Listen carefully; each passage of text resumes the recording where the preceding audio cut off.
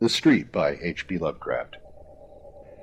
There will be those who say that things and places have souls, and there be those who say they have not. I dare not say myself, but I will tell of the street. Men of strength and honor fashioned that street, good valiant men of our blood who had come from the Blessed Isles across the sea. At first it was but a path trodden by bearers of water from the woodland spring to the cluster of houses by the beach. Then, as more men came to the growing cluster of houses and looked about for places to dwell, they built cabins along the north side, cabins of stout oaken logs with masonry on the side of the forest, for many Indians lurked there with fire arrows. And in a few years more, men built cabins on the south side of the street. Up and down the street walked grave men in conical hats, who most of the time carried muskets or fowling pieces, and there were also their bonneted wives and sober children. In the evening, these men with their wives and children would sit about gigantic hearths and read and speak. Very simple were the things of which they read and spoke, yet things which gave them courage and goodness, and helped them by day to subdue the forest and till the fields. And the children would listen and learn of the laws and deeds of old, and of that dear England which they had never seen or could not remember. There was war, and thereafter no more Indians troubled the street. The men, busy with labor, waxed prosperous and as happy as they knew how to be, and the children grew up comfortable, and more families came from the motherland to dwell on the street. And the children's children and the newcomers' children grew up. The town was now a city, and one by one the cabins gave place to houses, simple, beautiful houses of brick and wood, with stone steps and iron railings and fanlights over the doors. No flimsy creations were these houses, for they were made to serve many a generation. Within these were carven mantels and graceful stairs, and sensible, pleasing furniture, china and silver brought from the motherland.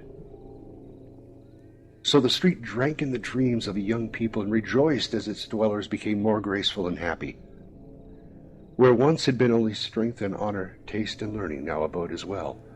Books and paintings and music came to the houses, and the young men went to the university which rose above the plain to the north. In the place of conical hats and small swords, of lace and snowy periwigs, there were cobblestones over which clattered many a blooded horse, and rumbled many a gilded coach, and brick sidewalks with horse blocks and hitching posts. There were in that street many trees, elms and oaks and maples of dignity, so that in the summer the scene was all soft for dew and twittering bird song. And behind the houses were walled rose gardens with hedged paths and sundials, where at evening the moon and stars would shine bewitchingly, while fragrant blossoms glistened with dew. So the street dreamed on, past wars, calamities, and change. Once most of the young men went away, and some never came back. That was when they furled the old flag, and put up a new banner of stripes and stars. But though the men talked of great changes, the street felt them not, for its folk were still the same, speaking of the old familiar things in the old familiar accounts. And the trees still sheltered singing birds, and at evening the moon and stars looked down upon dewy blossoms in the walled rose gardens. In time there were no more swords, three-cornered hats, or periwigs in the street. How strange seemed the inhabitants with their walking sticks, tall beavers, and cropped heads. New sounds came from the distance. First strange puffings and shrieks from the river a mile away, and then, many years later, strange puffings and shrieks and rumblings from other directions. The air was not quite so pure as before, but the spirit of the place had not changed. The blood and soul of their ancestors had fashioned the street.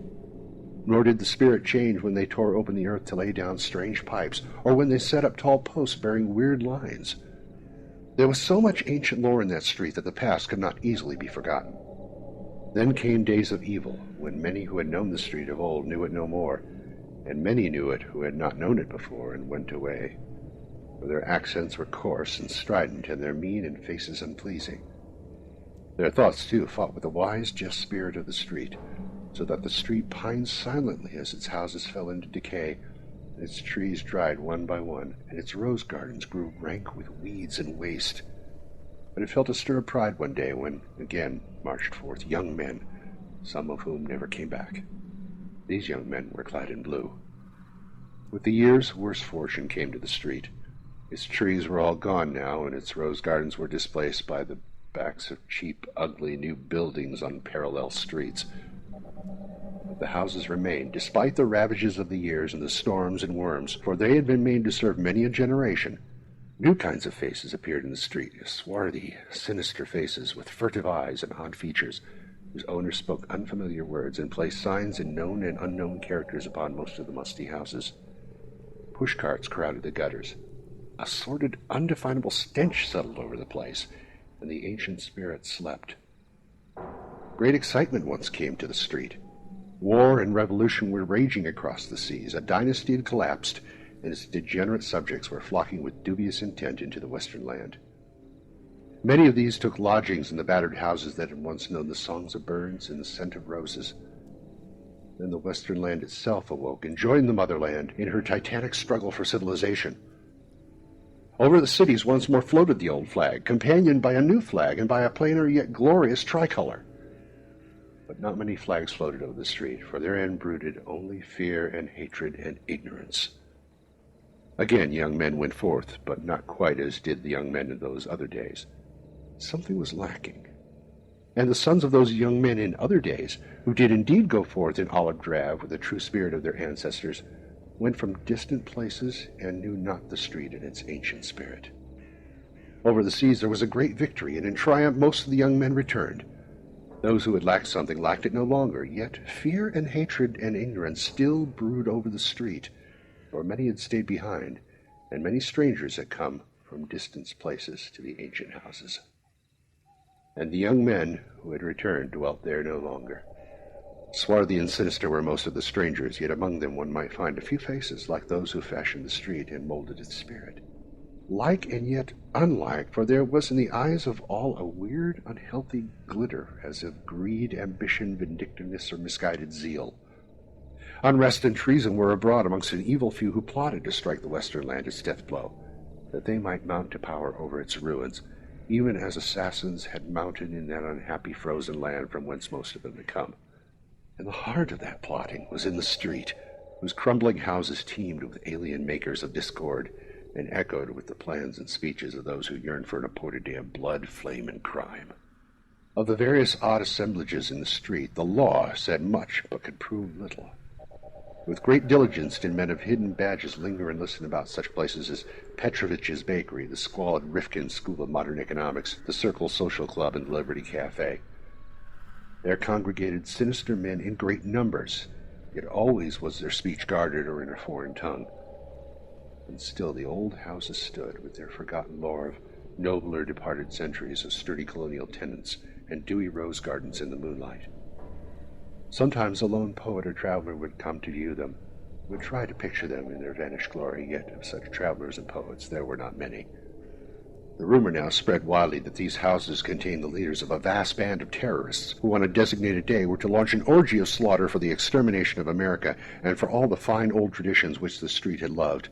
Handbills and papers fluttered about filthy gutters, handbills and papers printed in many tongues and in many characters, yet all bearing messages of crime and rebellion.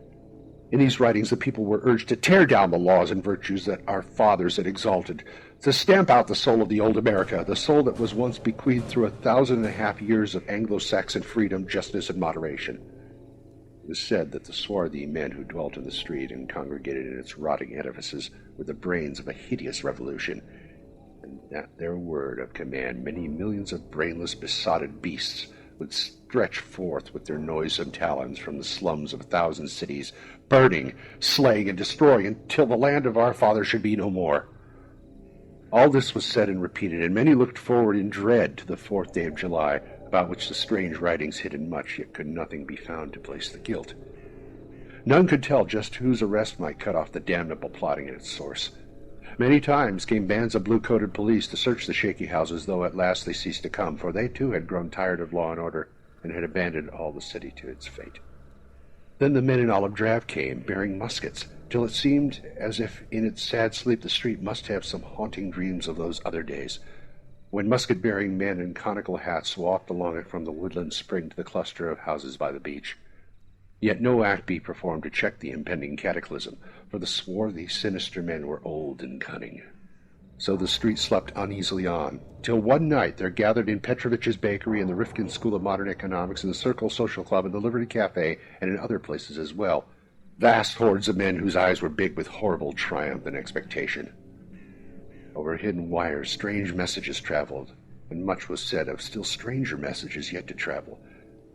But most of this was not guessed till afterward, when the western land was safe from peril. The men in olive drab could not tell what was happening, nor what they ought to do, for the swarthy, sinister men were skilled in subtlety and concealment.